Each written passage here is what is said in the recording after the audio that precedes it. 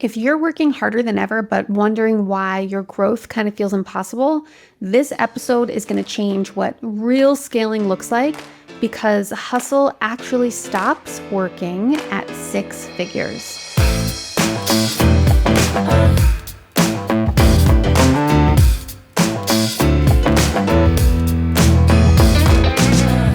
I used to believe that if I worked harder, everything would grow. And it actually worked. Until it didn't. What got you to 10K months isn't going to get you to 20K. There has to be an adjustment, right? So when you're first starting out, hustle does work, as much as it pains me to say it, because you're building that momentum. You're excited, you're ready to go, right? You're putting all the things in place. Things feel really, really great. But the further you grow, the more complex business becomes. And working harder just creates more chaos. You have more offers, you have more people to manage, you have more decisions to make, and more tasks, right? So you hit this point where you're just doing more and your returns are diminished and your energy is like drained out, right? So every single task that you do adds to your decision load. So decision fatigue, I know I've talked about it before, but it leads to slower choices.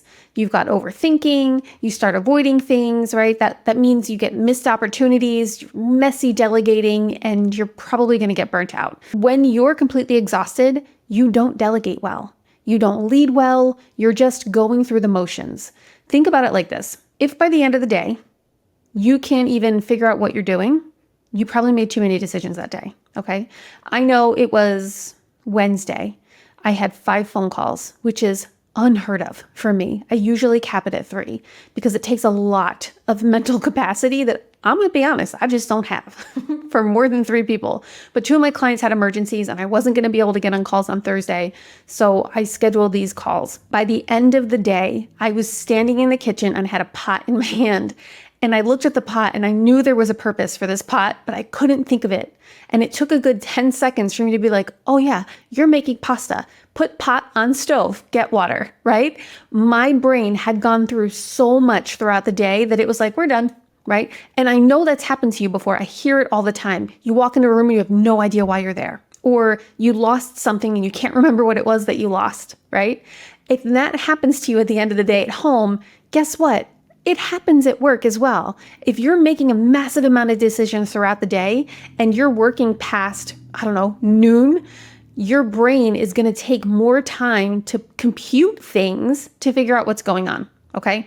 So keep that in mind. I know it happens to all of us. Just we have to make less decisions. Decision fatigue, to me, is one of the worst productivity killers out there, okay? Now, traditionally, we think saving time means spending less money, right? But when you get to these higher levels, saving time means earning more. You have to make that little switch. And protecting your time protects your profit because it keeps you focused on those high leverage activities, your vision, leadership, revenue strategy, relationships and partnerships, right? You can always earn more money. But you can't get back wasted time or decisions that you made when you were in burnout or when you're completely exhausted, okay? Now, systems like planners and batching or time blocking, those work really great at a lower level. But once you start juggling leadership and growth and family and team dynamics, then they start to break down a little bit. The thing is, you don't need better time management. Everybody's always Googling time management, or they're asking me, how do I manage my time better? You need a better decision filter. And I came up with the Profit, Protect, Pass Off system. It's a CEO filter for growth. So here's how it works. Whenever you have to make a decision, you ask yourself this question. When it comes to profit, does this drive revenue or long-term business growth? Yes or no? There is no maybe in this, okay? Now protect. Does this particular thing protect my time, my energy, and my leadership power? Yes or no? There is no in between, okay? And then pass it off. If it doesn't do either of those things, delegate it, automate it, or get rid of it, okay? If it does those things, great, keep it. It's all for you. Here's some examples. Profit could be strategic partnerships, sales calls, leadership development. And I know some people are going to say, well, so-and-so can handle sales calls. Yeah, maybe if they're a super big part of your team, but I've been on quite a few calls where it was a five-figure plus investment, and the owner didn't jump on. And it was just some guy, or somebody else was texting me. And I'm like, if I'm going to invest this much money in you, I need to know that you're going to be here for me. So it didn't really work out well for me. And it always goes over well when the owner jumps on the call. You know what I'm saying? So for me, sales calls, 100% yes for profit. Protect. We're protecting our CEO time blocks.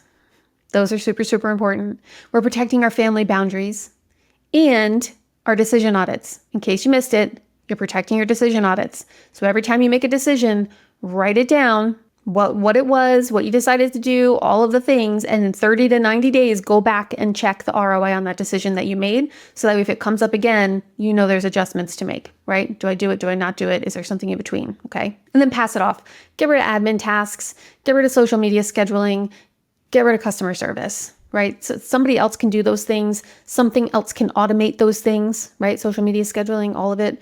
There's a lot of people that are willing to do those things for very little money. You can absolutely get rid of it. Okay. You can even phone a friend and say, hey, I have $50 a month. Can you do something for me? And have them do something for you, right? I had a client who had a lot going on. She was working 16-hour days. We worked together a couple months ago, I believe. And, I had no concept of time. So maybe it was more than a couple months ago at this point. Anyway, we were going through the 3 Ps, right? Profit, protect, pass off. And what happened from that was she wound up giving off more work to her team members so that she was able to focus on the things that actually moved the needle in her business.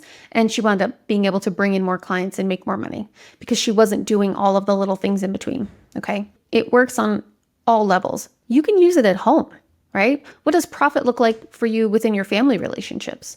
And then answer those questions based on that, okay? In order to grow, we have to stop being the one that solves all the problems, right?